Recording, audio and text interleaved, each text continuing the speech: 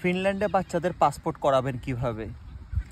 আমাদের আব্দুর রহমান ও তো ফিনল্যান্ডে জন্ম নিয়েছে, তো এটা অনেকজনের কাছে একটা কোয়েরিজ, এবং যে ফিনল্যান্ডে বেবি হওয়ার পরে তার পাসপোর্টটা আমি কিভাবে করব। এটা যেহেতু ফিনল্যান্ডে যেহেতু বাংলাদেশি অ্যাম্বাসি নেই, তো এই জন্যই মূলত এই কনফিউশনটা এবং স্ট্রেসটা আমাদের মধ্যে কাজ করে, যেটা আমাদের পার্সোনালি আমাদের মধ্যেও কাজ করেছিল।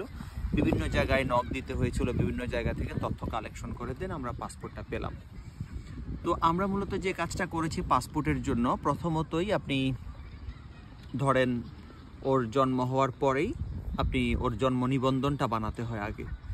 তো জন্ম নিবন্ধনটা বানাইতে হয় মূলত বাংলাদেশ থেকে, যেহেতু ফিনল্যান্ডে বাই বর্ন সিটিজেনশিপ দেয় না, সেই জন্য আপনাকে আপনার ওর যে নিজস্ব যে মাতৃভূমি আছে, যে বাবার যে দেশের মানুষ, ওই দেশেরই আগে তাকে ফার্স্ট জন্ম নিবন্ধন বানাইতে হয়। তো জন্ম নিবন্ধন বানানোর জন্য বাংলাদেশে যেভাবে আপনি এটা বেবির বা যে কারোর জন্ম নিবন্ধন যেভাবে বানান, এখান থেকে আপনি ফিনল্যান্ডে বসে অনলাইনে আপনি ফর্মটা ফিল আউট করবেন।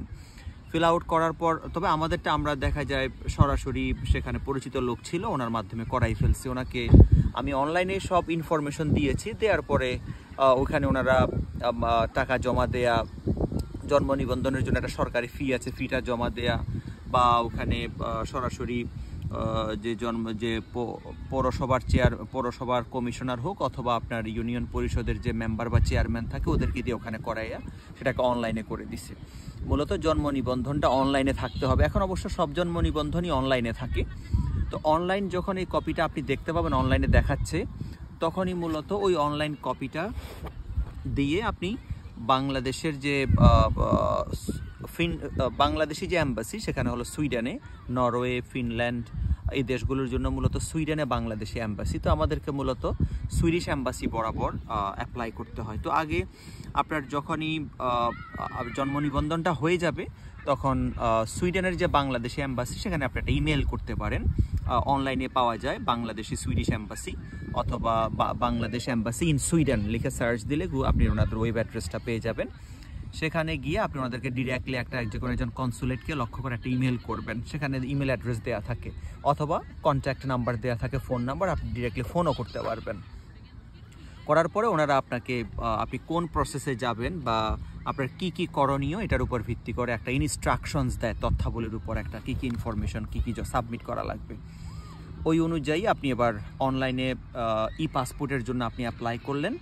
পাসপোর্টের জন্য অ্যাপ্লাই করার পরে দেন আপনি একটা টাকা পে করতে হয়।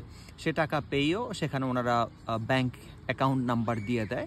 ওই অ্যাকাউন্ট নাম্বারে আপনাকে সুইডিশ ক্রোনাতে ট্রান্সফার করে টাকাটা দিতে হয়। তো এটা আপনি অনলাইনে দেখলেই পারবেন, সুইডিশ ক্রোনাতে এটা ব্যাংক, যেহেতু আপনার এখানে ব্যাংক আইডি থাকে, আপনি এটা সুইডিশ ক্রোনাতে ট্রান্সফার করে আপনি টাকাটা পে করে ফেলতে পারবেন অনলাইনে। করার পর দেন আপনি ওই যে পেমেন্ট স্লিপ, টাকার যে পাসপোর্টের জন্য যে টাকাটা পে করেছেন, সেই পেমেন্ট স্লিপ সহ আপনি আবার যে কনসুলেট তার কাছে আবার একটা ইমেল করলেন। ওনারা যখন টাকাটা রিসিভ করবে, সেটাও আপনার অনলাইন অ্যাপ্লিকেশান, আপনি যে ই পাসপোর্টের জন্য অ্যাপ্লাই করেছেন সেখানে স্টেটাসে দেখাবে যে আপনার পেমেন্ট ওনারা রিসিভ করেছে। দেন অ্যাজ ইউজুয়াল প্রসেস শুরু হবে, ওনারা বাংলাদেশে এগুলি পাঠাবে। সেখান থেকে হয়ে আসার পরে আপনি যে কন্ট্যাক্ট নাম্বার দিবেন, ফোন নাম্বার, সেখানে মেসেজ আসবে অথবা ইমেইলেও আসবে যে আপনার বেবির বা অমুকের পাসপোর্টটা রেডি হয়ে গেছে। এখন পাসপোর্ট কালেকশনের জন্য এখানে দুইটা কাজ করা লাগে। সেটা হলো ডিরেক্টলি যখন পাসপোর্টটা আসে, আপনি ইচ্ছে করলে বাংলাদেশি অ্যাম্বাসি যে সুইডেনে আছে সেখানে গিয়েও ডিরেক্ট ফিজিক্যালি আপনি কালেক্ট করতে পারেন। অথবা যদি না হয়, যে দেখা যায় 2-3 মাস পর পরই সুইডেনের যে কনসুলেট অফিস আছে সেটা ফিনল্যান্ডের যে রাজধানী হেলসিঙ্কিতে আসে।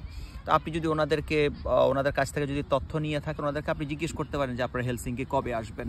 ওনারা যদি বলে যে আমরা এই মাস বা পরের মাসে আসব, তাহলে আপনি হয়তো তখন ওনাদেরকে বললেন যে ঠিক আছে, তাহলে আমার বেবির এই পাসপোর্ট নাম্বার, এই নাম্বার, ওর পাসপোর্টটা আপনারা কাইন্ডলি নিয়ে আসবেন। ওনাদেরকে বললে ওনারা নিয়ে আসে। তো আর ই পাসপোর্টগুলো সাধারণত পোস্টের মাধ্যমে পাঠানো যায় না। আমরা প্রথম ভেবেছিলাম, আমরা ওদেরকে অ্যাড্রেস দিয়েছিলাম যে আমাদের পাসপোর্টটা আমাদেরকে আপনারা পার্সেল করে দেন, কিন্তু পরে ওনারা বললো যে দেখেন এটা তো ই পাসপোর্ট পার্সেল বা পোস্টের মাধ্যমে পাঠানো যাবে না। সেই জন্য আমাদেরকে ফিজিক্যালি এটা রিসিভ করতে হয়েছে। তো যদি হেলসিঙ্কিতে নিয়ে আসে, আপনি আপনার বেবির সহ নিয়ে গেলেন, নেওয়ার পর ওনারা সেখানে বেবি এটা রেকগনাইজ করে আপনার পাসপোর্টটা দিয়ে দেয় বেবির। এটা করতে পারেন, অথবা হয়তো আপনি যে ডিরেক্টলি সেখান থেকে রিসিভ করতে পারেন। তো সব মিলিয়ে আমরা আমাদের আব্দুর রহমানের পাসপোর্ট পেতে মেবি 2 মাস 2.5 মাস আমাদের সময় লেগেছিল সব মিলিয়ে।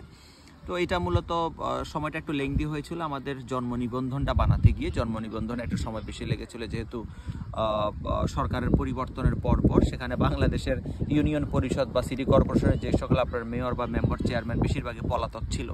তো এই জন্য আমরা জন্ম নিবন্ধনটা বানাতে গিয়ে একটু টাইম বেশি লেগেছিল, ওইটার কারণে দেখা যায় পাসপোর্টটা পেতে আমাদের একটু সময় লেগেছে।